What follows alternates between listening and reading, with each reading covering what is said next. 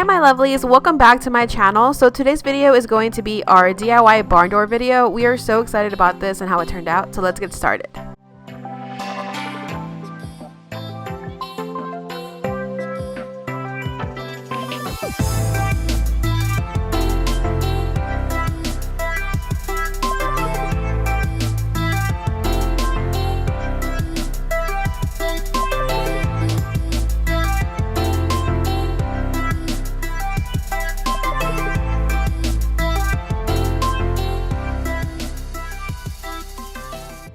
So just like any other project, the first thing we do is measure. We're just checking out for the studs and making sure we measure everything correctly, because as DIYers, you always want to measure twice and cut once. Trust me, we've been there before. Measure twice. This video is in collaboration with WORX on their Pegasus sawhorses. You guys, we got these and we have been in love with these. We didn't have sawhorses, which is crazy. We just used an old table, but we are so glad we got these. Darryl said it completely transformed his DIY maneuvers and techniques, so he really liked them. They sent over 2 of them, which is perfect for us because we're doing a barn door today and we are planning on doing some tables, so it's going to work out perfectly. These are so sturdy and they fold, as you see. They also come with amazing clamps, and also on the bottom as well there's some storage space, which is perfect because when you're doing DIYs you're using multiple tools, and this just ends up being perfectly just to store them there in the meantime. This had so many cool features that I didn't even realize. Like, you can actually connect multiple Pegasus tables together and so many other cool things you can do. So right now until the end of January, they are offering my subscribers a 10% coupon. So all you have to do is use Lovely Home in the coupon code and you guys will get 10% off. They are also so sweet to run a giveaway for my channel. So for you guys to win your very own Pegasus sawhorse, all you have to do is thumbs up this video and comment down below the DIY you plan on doing with your own Pegasus, and you guys will be entered for this giveaway. So back to this DIY. So of course we're measuring more. So right now what Darryl is doing is he's cutting this wood for the frame of the barn door. So this double frame that Darryl did was completely his idea. I love to create with my husband and I love to hear his vision for our DIYs. We always bring our visions together and it comes out amazing. I was a little hesitant for this double frame that he was talking about, but I ended up loving it.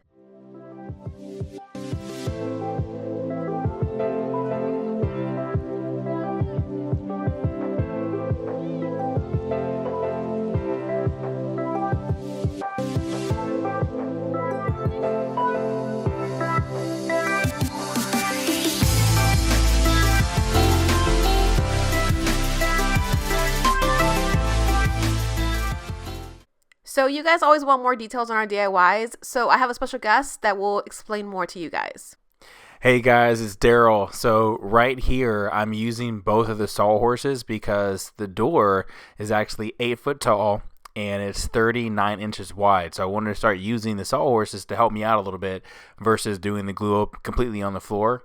So I'm actually doing like a double frame. So I'm just cutting the inside boards down to sides to fit within the 8 feet and the 39 inches that's wide. The actual strips are cut at a little over an inch, about 1 1/4 inches. All right, so right here I'm beginning to cut the inside angles down to size. So there's 2 angles on this door.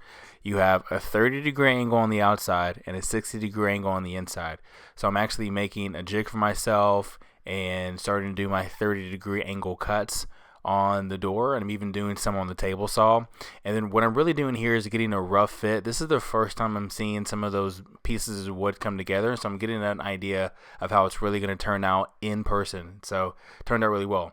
Now here I'm on the table saw and I realized that the wood that I laid down on the floor, which is a little bit too heavy for the door once it gets up on the frame, so we wanted to cut everything in half to really lighten up the door. So that's what we're doing, and we even have a little friend joining us. Hi, B. All right, so we cut everything in half, so it made it tons lighter and just really that much easier to swing the door back and forth.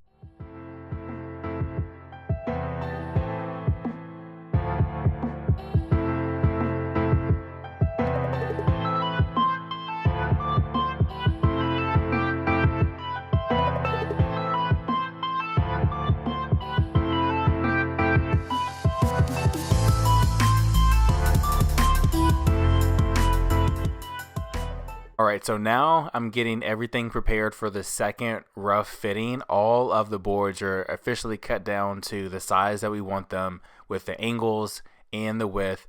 And the way that all the boards are going to come together is with biscuit joiners. So you just saw me use the biscuit joiner. Now I'm clamping them together, clamping the boards together, and gluing them up. And so that is the type of construction that we use to fit everything together.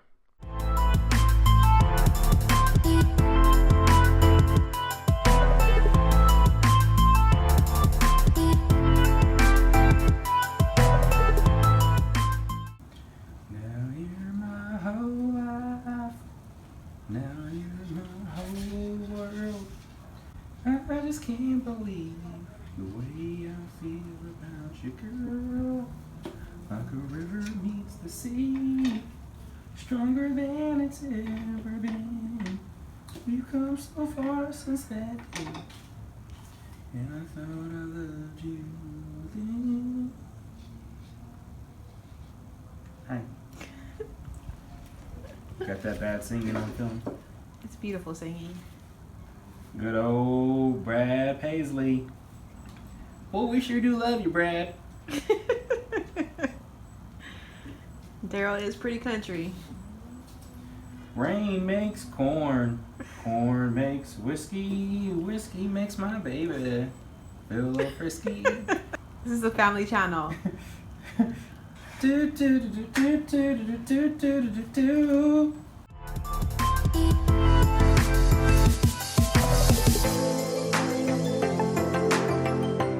All right, ladies and gentlemen, it is time to make a door. So here we go. We got the frame all cut out and ready to go. And the angles for the inside of the frame of the door are ready to go too. So now it's time to just take a pencil and just draw a line for where that frame is going to sit and cut it out. So take that circular saw. So this is part of the DIY where things are really starting to come together, but they're not all the way done. So it's super easy for anyone that's a DIYer to get frustrated, but I would encourage you here to keep the faith, okay? Because with DIY, there's always so many things you can do to make your project come out the way that you want it to. If you see right here down the middle of the seam of the door, there's a little bit of gaps where the angles are supposed to meet, but that can be fixed with a little bit of sanding and glue, which absolutely was fixed.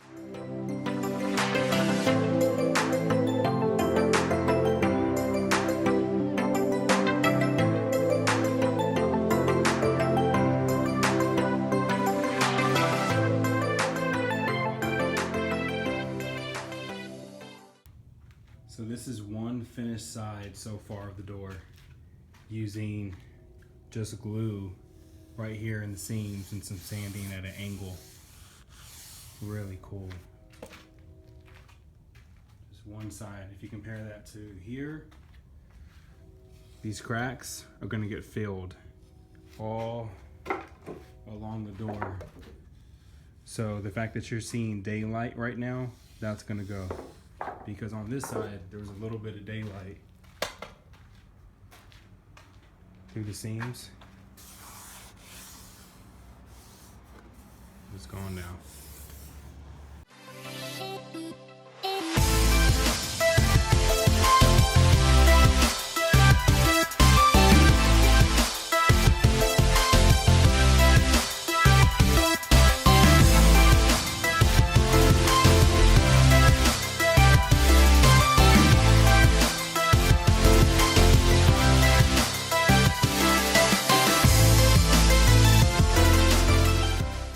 So for the stain, I used dark walnut, and honestly, this probably was my most favorite staining project I've ever done, only because this was a barn door, and just to see it come to life is such a beautiful thing. Darryl was out there standing with me while I was doing this, and we both were just like in awe, just seeing the wood come to life with the stain, and it was just gorgeous. My favorite part of staining is really seeing the grain come out and all the imperfections of the wood. I know stain doesn't always adhere perfectly, but I love those flaws. That's one of my favorite parts of staining. Some people might not like it, but I love that rustic look. So there were some flaws in this wood that I just loved. All right, so right now we are officially marking out the studs of where this piece of wood is going to hang on to. So this is going to be the rail for the barn door to slide upon. And so we're finding the studs. We're putting in 3-inch construction screws directly into the studs.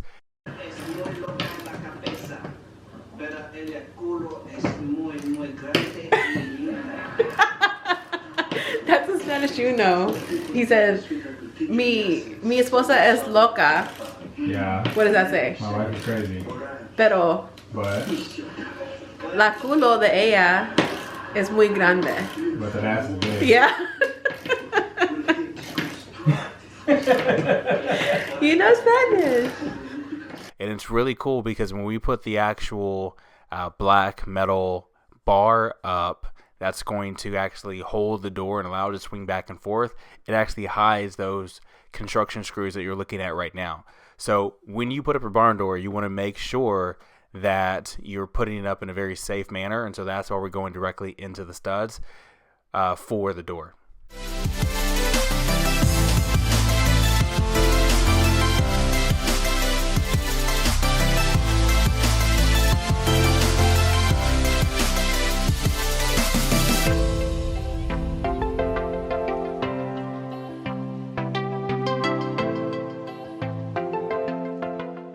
So big shout out to my father-in-law for just helping me out here with the final steps. I can almost see the finish line. We're almost about to put the door up. It's going to look so great. I'm so excited.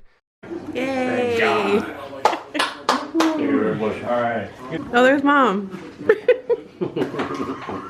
So this was the hardware I picked out for the door. It is so vintage and beautiful. It's cast iron, so it's a really good weight, and it's just gorgeous. So here is the final door, guys. I am so in love with the way it looks. We haven't removed the other door from the pantry, but we're going to do that soon. But I love the way this barn door looks. It just brings so much warmth to the kitchen because the kitchen is white, and I'm in love. And barn doors are so affordable to make, you guys. This barn door was under $40 with the wood.